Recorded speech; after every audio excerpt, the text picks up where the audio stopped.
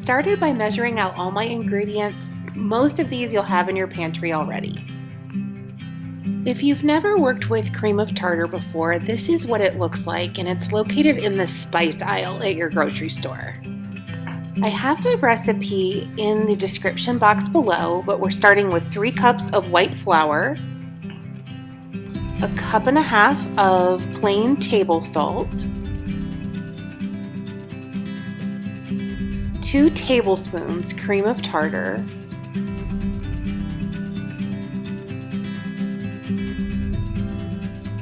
and we just stir the dry ingredients together to combine. We add 3 cups of water.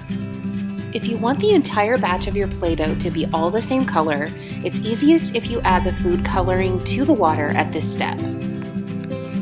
Here I'm adding 3 tablespoons of cooking oil. After that's combined, I will turn the heat on low.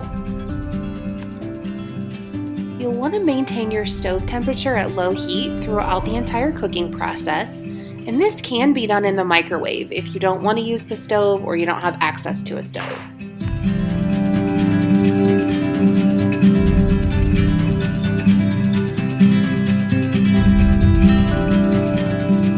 The most important thing is to keep scraping the sides and the bottom, and you can see it's like runny mashed potatoes at this stage. Keep stirring, keep scraping. It does get tough. Put some elbow grease into it and just stick with it. You can see it coming together and starting to pull off the sides and the bottom. When it starts to lose its stickiness, we're getting close to the end. This whole process takes 4 to 5 minutes. And once it's pulling nicely away from the sides and isn't sticky, you can scrape all the little bits together and remove it from the heat.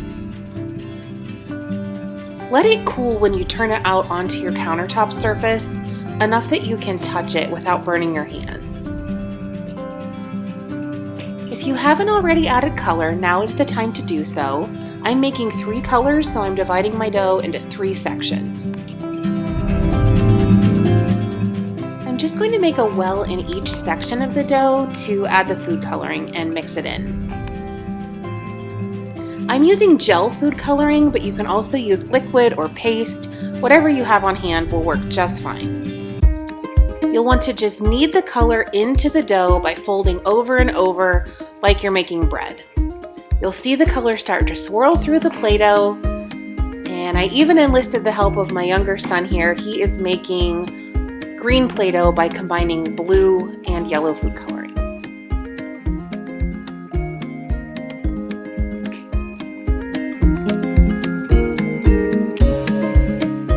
My older son wanted to get in on the fun when he saw what we were doing, so he took over mixing up our last color for us. I would say this recipe makes about 3 jars of Play-Doh that you would buy at the store. You can see what we're left with from this batch. I love using this box from IKEA to incorporate embellishments and trinkets to go along with our Play-Doh. We've made various themes over the years, and this is fun for so many ages. Gingerbread house making is always a favorite activity of ours during the Christmas season, so I found these faux gingerbread house elements at Hobby Lobby. They really had a great selection of these adorable candies, and it quickly inspired me to make this particular Play-Doh box.